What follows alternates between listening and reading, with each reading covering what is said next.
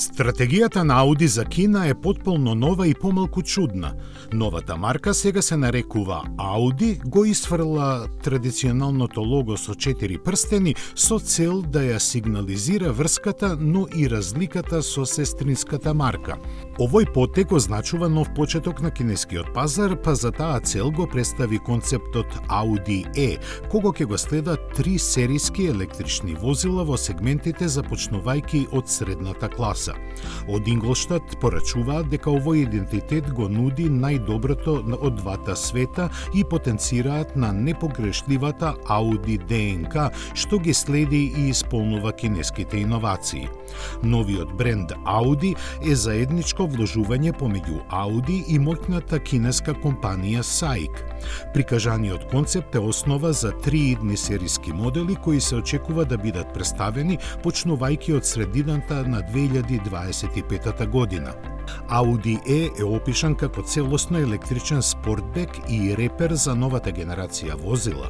Долг е 4870 мм, широк 1990 и висок 1460 мм, со меѓуоскино растојание од 2950 мм. Димензиите укажуваат дека е приближно ист на неодамна лансираниот Audi A5, иако дизајнерскиот јазик е различен за да биде прилагоден за кинеските купувачи. Отсуството на логото со 4 прстени е веднаш забележливо, бидејќи е заменето со осветлени букви Audi. Наместо традиционалната решетка, концептот E се одликува со црни рамки со напредни LED светлосни елементи и сензори за ADAS системите на возилото.